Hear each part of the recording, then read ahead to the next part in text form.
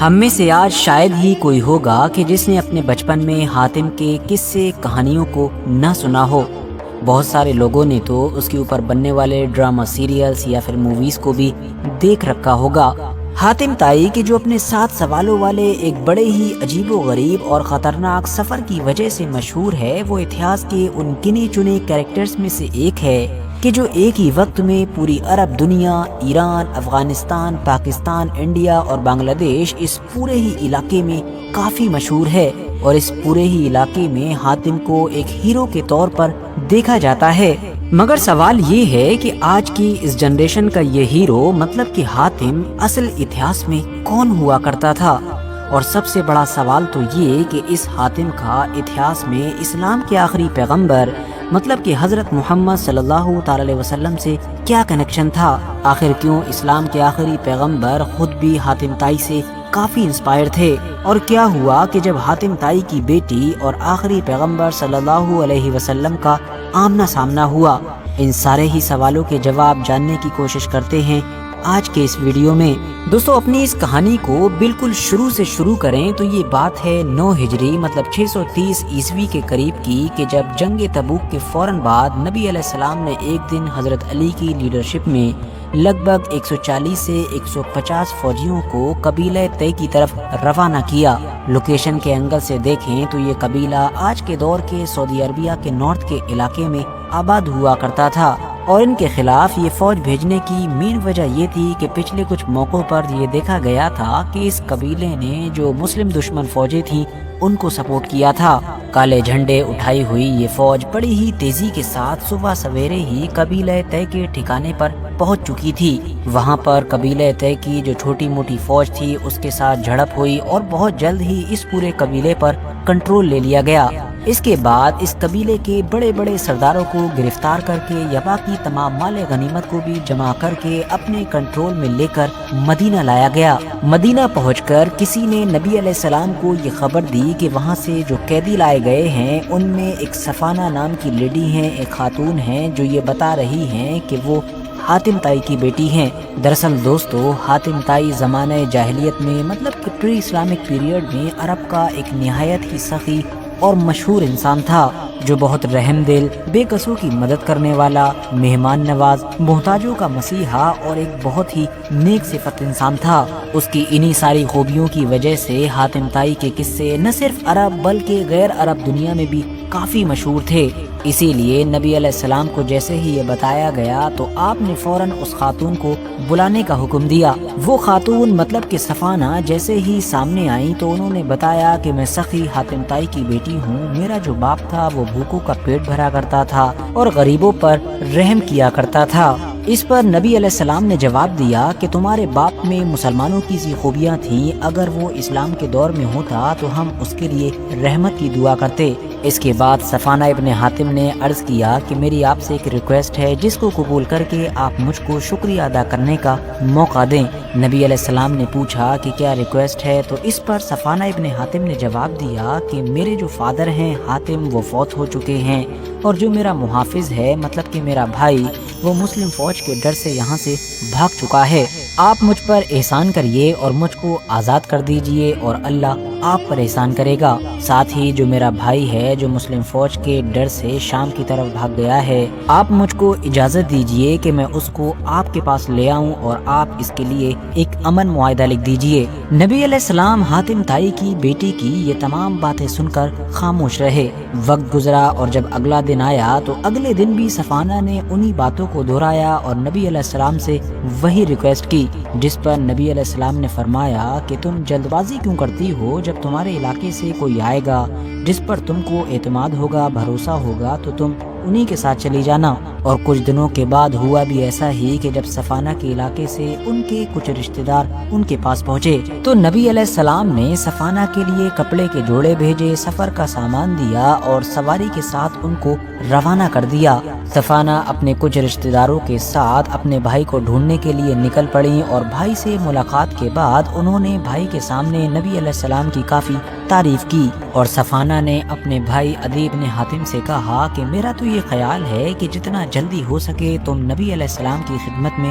حاضر ہو جاؤ، کیونکہ اگر وہ ایک پیغمبر ہیں تو تم کو جلدی سبقت کرنی چاہیے، اور اگر وہ ایک بادشاہ ہیں تو تمہاری عزت میں کوئی کمی نہیں آئے گی۔ عدی نے جب اپنی بہن کے ذریعے سے نبی علیہ السلام کی تمام تعریفیں سنی اور اس کہانی کو سنا کہ کس طرح سے اس کی بہن کو مدینہ میں ٹریٹ کیا گیا تھا، تو وہ اپنی بہن کے ساتھ مدینہ چلنے پر راضی ہو گیا۔ مدینہ پہنچ کر عدی ابن حاتم مسجد نبوی میں پہنچے، جہاں پر نبی علیہ السلام کے ساتھ ان کی ہسٹورک ملاقات ہوئی۔ وہاں پر نبی علیہ السلام کے پاس ایک گدا موجود تھا جس کے اوپر آپ اکثر بیٹھا کرتے تھے۔ جب آپ نے عدی ابن حاتم کو دیکھا تو وہ گدا عدی ابن حاتم کی طرف سرکا دیا۔ یہ دیکھ کر عدی نے عرض کیا کہ نہیں، آپ اس پر بیٹھ جائیے، لیکن نبی علیہ السلام نے پھر سے اشارہ کیا اور خود زمین پر بیٹھ گئے۔ اس کے بعد ان دونوں کے بیچ ایک ڈسکشن ہوا جس میں نبی علیہ السلام نے عدی ابن حاتم کے ان تمام ڈاؤٹس کو کلیئر کیا کہ جو عدی ابن حاتم کے دماغ میں چل رہے تھے۔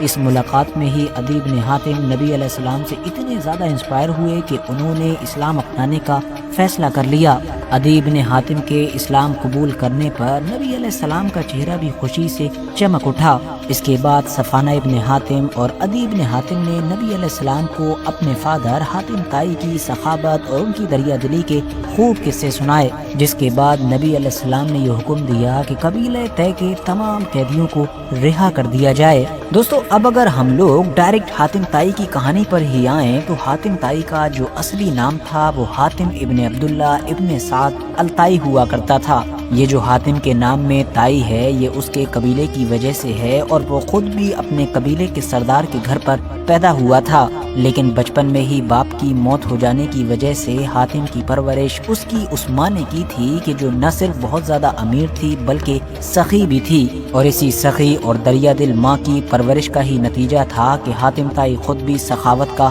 وارث بن گیا۔ جب وہ جوان ہوا تو حد سے زیادہ سخاوت کرنے لگا، بلکہ اب تو وہ اپنا دل بہلانے کے لیے بھی سخاوت ہی کیا کرتا تھا۔ اس کی دریا دلی کا عالم یہ تھا کہ ہمیشہ جب بھی اس کے پاس کچھ کھانے کے لیے ہوا کرتا تھا تو وہ اپنا تمام کھانا، اپنی تمام کھانے کی چیزیں اپنے جو ضرورت مند ساتھی ہوا کرتے تھے ان میں بانٹ دیا کرتا تھا۔ امیر دادا نے جب گھر کے تمام اونٹوں کی ذمہ داری اس کو دی، جو ظاہر ہے اس دور میں حد سے زیادہ قیمتی سمجھے جاتے تھے، تو اس نے سب سے پہلے تو ان میں سے 3 اونٹوں کو اجنبی مہمانوں، اجنبی مسافروں کے لیے ذبح کر دیا، اور باقی بچے ہوئے جو اونٹ تھے ان کو بھی انہی میں بانٹ دیا۔ اور بعد میں اپنے دادا کے پاس واپس آ کر اس نے پراؤڈلی کہا کہ میں نے یہ کام کیا ہے اور آپ کے خاندان کا، آپ کے گھر کا نام روشن کر دیا ہے۔ کمزور اور غریب لوگوں پر حاتم طائی کے دریا دلی کے الگ الگ واقعات، الگ الگ قصے اتہاسک کتابوں میں بھرے پڑے ہیں۔ مشہور تاریخی کتاب البدایہ والنہایہ کے اندر بھی حاتم طائی کا ایک مشہور قصہ ملتا ہے، جس میں یہ بتایا گیا ہے کہ ایک بار عرب کے علاقے میں قحط پڑ گیا تھا، ہر طرف سوکھا تھا اور ہر طرف لوگوں میں مانو فاقے کے حالات پیدا ہو چکے تھے، ہر کوئی دانے دانے کو محتاج تھا، اور ظاہر ہے حاتم کے گھر میں بھی لگ بھگ یہی حالات ہو چکے تھے۔ مگر تبھی اچانک سے رات کے اندھیرے میں حاتم طائی کے گھر کے دروازے پر ایک عورت نے دستک دی، اور اس نے حاتم طائی سے یہ فریاد کی کہ اس کے بچے بھوکے ہیں، بس کسی بھی طریقے سے اس کو کھانا مل جائے۔ اب حاتم طائی کے جو اپنے گھر والوں کے ساتھ خود فاقہ سے بدحال تھا، اس نے جب اس عورت کی فریاد سنی اور اس کے بھوکے بچوں کا حال دیکھا تو بنا کچھ سوچے سمجھے ہی فوراً اس کا جو اپنا گھوڑا تھا اس کو ہی ذبح کر دیا۔ پہلے اس عورت اور اس کے بچوں کو کھلایا، اور اس کے بعد اپنے بچوں کو جگا کر بھی کھانا کھلایا، اور خود اس وقت تک نہیں کھایا کہ جب تک اپنے قوم کے ہر ایک گھر میں جا جا کر اس گوشت کو بانٹ نہیں دیا۔ اتہاس کاروں نے لکھا ہے کہ حاتم کے گھر جب بھی کوئی مہمان آ جایا کرتا تھا تو اس کی مہمان نوازی میں حاتم ساری حدیں پار کر دیتا تھا، بلکہ وہ تو خود ہی ادھر ادھر پھرتا رہتا تھا اور انجان مسافروں اور مہمانوں کو ڈھونڈتا رہتا تھا۔ ایک اونچی پہاڑی پر آگ روشن کیا کرتا تھا اور پھر وہاں سے آوازیں لگایا کرتا تھا۔ اپنے غلاموں کو بھی خوشخبری دیا کرتا تھا کہ اگر آج اس آگ کی وجہ سے کوئی مہمان ہمارے پاس آ جاتا ہے تو میں تجھ کو آزاد کر دوں گا۔ ویسے یہاں پر آپ لوگوں کے لیے یہ بات جاننا بھی ضروری ہے کہ آج سے 1500-1600 سال پہلے حاتم طائی جس خاص جگہ پر آگ روشن کیا کرتا تھا وہ جگہ آج بھی سعودی عربیہ میں کافی مشہور ہے اور جبل سمرہ کی چوٹی کے اوپر موجود ہے۔ دنیا بھر سے سعودی عربیہ میں گھومنے آئے ہوئے لوگ اس جگہ کو بھی ضرور وزٹ کرتے ہیں۔ حاتم طائی سے جڑا ہوا ایک اور بھی مشہور قصہ ہے جس میں بتایا جاتا ہے کہ جب ایک قیدی نے حاتم طائی کو آواز دی تو حاتم طائی نے اس قیدی کی جگہ پر خود کو اس وقت تک قید رکھا کہ جب تک اس قیدی نے باہر جا کر اپنے فدیہ دینے کا انتظام نہیں کر لیا۔ حاتم طائی سے جڑے ہوئے اس طرح کے قصے اتنے زیادہ ہیں کہ ان کو اگر بیان کرنا اسٹارٹ کیا جائے تو گھنٹوں گزر جائیں۔ حاتم کی انہی کوالٹیز کا ہی نتیجہ تھا کہ اس کے اپنے دور میں ہی عرب کی ہر گھر ہر زبان پر اس کے ان قصوں کی گونج سنائی دیتی تھی۔ لوگ تو اب دریا دلی کی باتیں کرتے ہوئے حاتم کے نام کو ایک مثال کے طور پر استعمال کرنے لگے تھے۔ اتہاس کے مشہور بزرگ شیخ ابن عربی نے بھی حاتم طائی کی بہادری اور اس کی دریا دلی کی خوب تعریف کی ہے۔ اب ساتھیوں، یہاں پر یہ بھی سوال کھڑا ہوتا ہے تو پھر حاتم طائی کی وہ جو 7 سوالوں والی کہانی ہے اس کی کیا حقیقت ہے؟ تو دوستو، معاملہ یہ ہے کہ حاتم طائی کی سخاوت، اس کی دریا دلی اور دوسروں کے لیے سب کچھ لٹا دینے والی جو اصلی کہانیاں تھیں وہ تو شروع سے ہی تمام عرب اور غیر عرب علاقے میں مشہور تھی ہی، لیکن جیسے جیسے پھر وقت گزرا، صدیاں گزری، لوگوں نے انہی کہانیوں میں بدلاؤ شروع کیے۔ کچھ لوگوں نے ان کہانیوں کو فکشنلائز کرنا شروع کیا، مطلب یہ کہ ان کی کہانی میں کیریکٹر تو حاتم کا اصلی ہوتا تھا، اس کی کوالٹیز بھی اصلی ہوا کرتی تھیں، لیکن اس کے بعد کی پوری کہانی افسانوی ہوا کرتی تھی۔ اور پھر حاتم پر لکھی گئی انہی افسانوی کہانی کے سلسلے میں ہی وہ مشہور کہانی وجود میں آئی کہ جس کو قصہ حاتم طائی کے نام سے جانا پہچانا جاتا ہے، جس کے اوپر پہلے کے دور میں نہ صرف کئی کتابیں لکھی گئیں بلکہ 20ویں صدی کے آخر اور 21ویں صدی کی شروعات میں کئی سیریلز اور موویز بھی بنائے گئے، جس میں دکھایا جاتا ہے کہ حاتم طائی 7 سوالوں کے جواب ڈھونڈنے کے لیے ایک خطرناک سفر طے کرتا ہے۔ ہسٹوریکل ایویڈنسز کی مانیں تو یہ جو قصہ حاتم طائی ہے یہ سب سے پہلے فارسی زبان میں لکھا گیا تھا کہ جو آج کے دور کے ایران اور افغانستان کے علاقے سے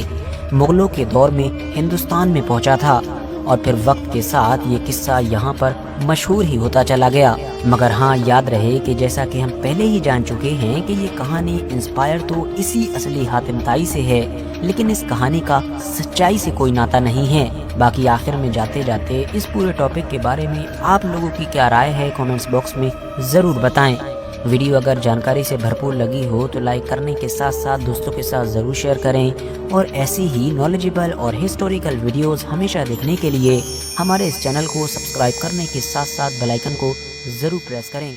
آپ یہ اسلامک پروگرام نظام حق پروڈکشن کی جانب سے دیکھ رہے ہیں۔ آپ ہمارے چینل کو سبسکرائب کریں، ویڈیو کو شیئر، لائک اور کمنٹ کریں۔